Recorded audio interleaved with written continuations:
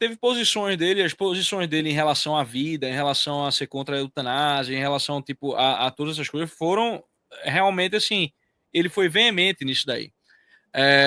Só que essa coisa da ambiguidade, eu diria que fica muito, muito presente naquela fiducia supplicans, né? E na Amoris Laetitia, né?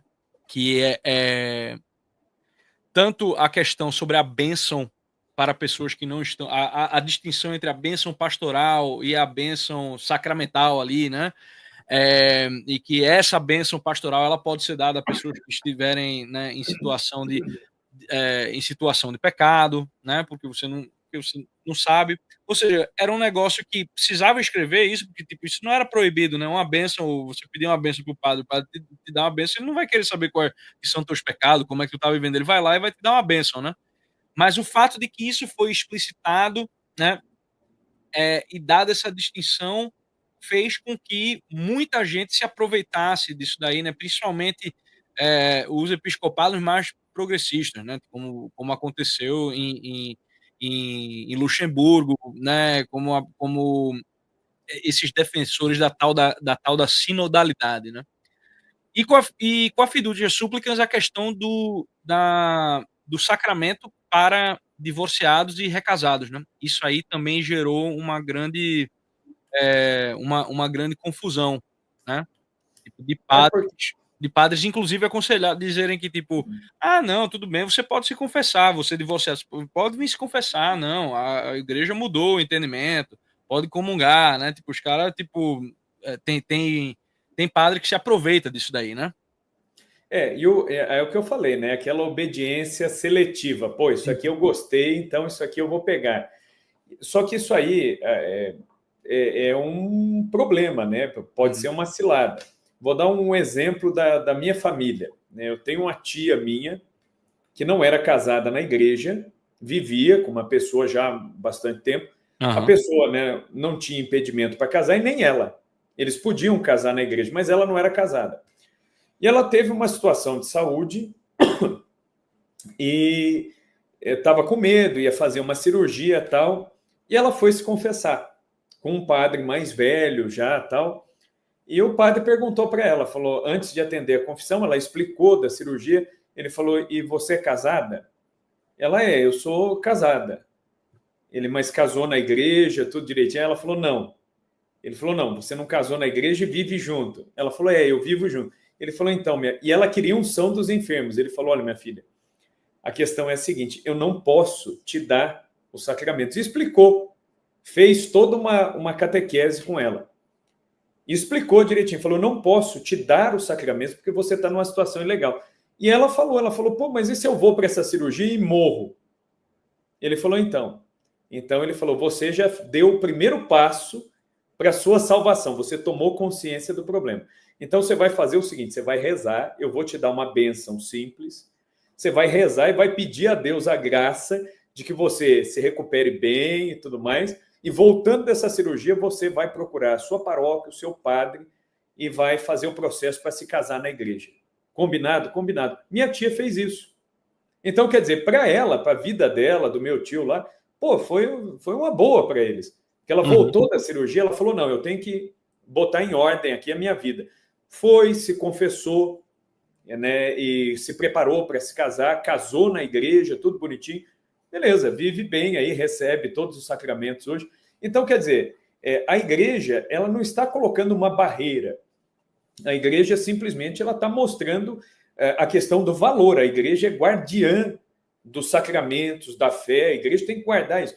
E não é afastar a pessoa disso, é mostrar que tem um caminho para você chegar nisso.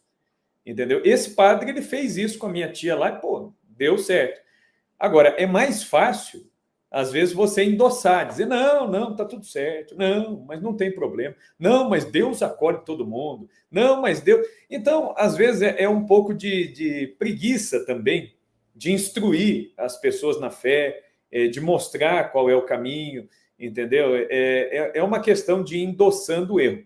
Agora, uma coisa é fato também, as pessoas que vão endossando o erro, ou gostam de endossar o erro, não fazem isso por acaso. Às vezes a pessoa endossa o erro porque ela está advogando em causa própria. Ela já está com a vida toda bagunçada, então é fácil endossar o erro dos outros. Sim. Então é uma questão de coragem também, né? De Sim. você olhar para a própria vida e buscar essa conversão. É aquela coisa, o pessoal fala, Jesus não excluía ninguém. Não excluía mesmo, Jesus recebia todo mundo. Mas as pessoas paravam de pecar, né? Só que as pessoas faziam o quê? Encontrou com Jesus, ninguém saía igual. O cara chega de um jeito, ele sai do outro. Né? Então, você não vê uma pessoa no evangelho lá que chega para conversar com Jesus que o cara sai do mesmo jeito. Mesmo o jovem rico lá que chegou, falou para Jesus, né, o que eu posso fazer? Jesus falou, cumpre os mandamentos. Não, mas isso eu já faço. Aí Jesus subiu um degrau, falou, então você vai, vende tudo que você tem, entrega para os pobres e depois vem e me segue. Aí o sujeito ficou triste. Mas quer dizer, ele saiu mexido ali, ele não saiu do mesmo jeito. E ele viu a pobreza dele, a miséria dele, que ele era muito rico em bens, mas muito pobre espiritualmente, a ponto de se desapegar e seguir Jesus. Então, quer dizer, ele não saiu igual. As pecadoras, né, que se encontraram com Jesus, os pecadores como Zaqueu, todo mundo mudou, todo mundo parou de pecar, todo mundo tomou consciência. Então, de fato, Jesus ele acolhe, recebe todo mundo e a igreja deve receber também. Mas sabendo que a pessoa precisa mudar de vida. Agora, essa questão das bênçãos, isso aí pode causar uma confusão, entendeu? Na cabeça das pessoas. Vou dar um exemplo aqui. Quando eu era seminarista, né? Quando eu era seminarista, eu estava numa cidade ajudando um padre, era um padre muito velho, e aconteceu lá de um cara tá passando mal lá e o cara não era batizado. E aí o padre falou para mim, corre lá você, porque eu não vou conseguir chegar. Se você chegar lá, batiza. Batiza ele ali, né, em artigo de morte mesmo. Só que não deu tempo. Eu cheguei, não deu tempo nem de perguntar se o cara queria ser batizado. E da família ninguém perguntou. Eles foram, a família estava preocupada em chamar alguém da igreja, mas ninguém perguntou para o cara se o cara queria. E aí na hora que eu cheguei lá, eu falei, bom, agora o cara morreu. Falei, depois vocês preparem tudo aí, depois a gente vem para rezar no dia seguinte. Eu era seminarista, não conhecia tudo também. E aí eu falei para o padre, né? Eu falei, o senhor vai lá, vai encomendar o corpo. Ele falou, não dá para fazer a cerimônia. Ele falou, a gente vai lá e faz uma oração simples. Ele falou, mas não pode nem jogar água benta. Eu falei, mas como assim?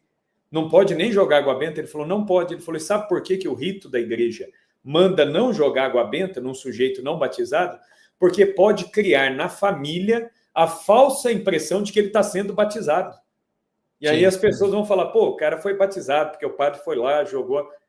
Aí eu comecei a ver, eu falei, existe uma sabedoria da igreja, da liturgia da igreja, em não confundir, não enganar, em ser claro nas coisas. Né? Uhum. E aí, essa questão da fidúcia, qual que é o problema? O problema foi justamente isso.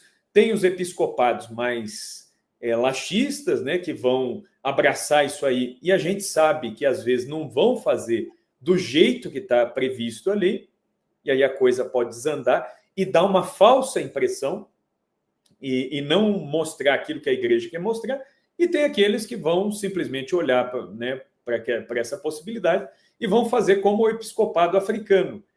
Os bispos africanos em massa falaram, nós não vamos fazer isso aqui. E pronto. E o que a Santa Sé fez? Não fez nada. Eu até fiquei esperando. Falei, qual que vai ser a reação da Santa Sé com as conferências episcopais africanas dizendo não vamos dar a bênção? A Santa Sé não fez nada. Falou, tá bom. Né? Não vão dar a bênção, não vão. E o documento, qual que é o problema? Ele diz assim, não é uma bênção litúrgica. E é uma bênção individual sobre as pessoas. Tá bom, uma bênção individual, todo mundo pode dar. Só que se você faz um documento, fala de dar uma bênção individual, mas para pessoas, para o par, aí, quer dizer... Sim. Mas a bênção é individual. Tá, mas o que parece? E nós temos que pensar no seguinte, nós estamos num mundo hoje tão secularizado que as pessoas não estão por dentro da questão dos ritos. O que é, o que não é, o que vale, o que não vale. A pessoa, a maioria das pessoas vão muito por aquilo que parece ser. Tanto é que hoje em dia, por exemplo, tem muita gente que não está nem preocupado se um casamento é celebrado por um pastor, um padre. Tem esses cerimonialistas aí que fazem casamento hoje em dia. Então, quer dizer, o cara não está nem ligado nesse negócio se a pessoa tem um mandato, tem uma liderança espiritual. Não, tem que ter alguém ali que diga umas palavras bonitinhas, Sim. todo mundo fica emocionado, né? Você fala uma coisinha ali que, né, todo mundo fica... E pronto. Então, quer dizer, as pessoas estão muito na casca da coisa, então é muito perigoso, né, esse tipo de coisa. E uma última parada que a gente tem que falar é isso aqui, né?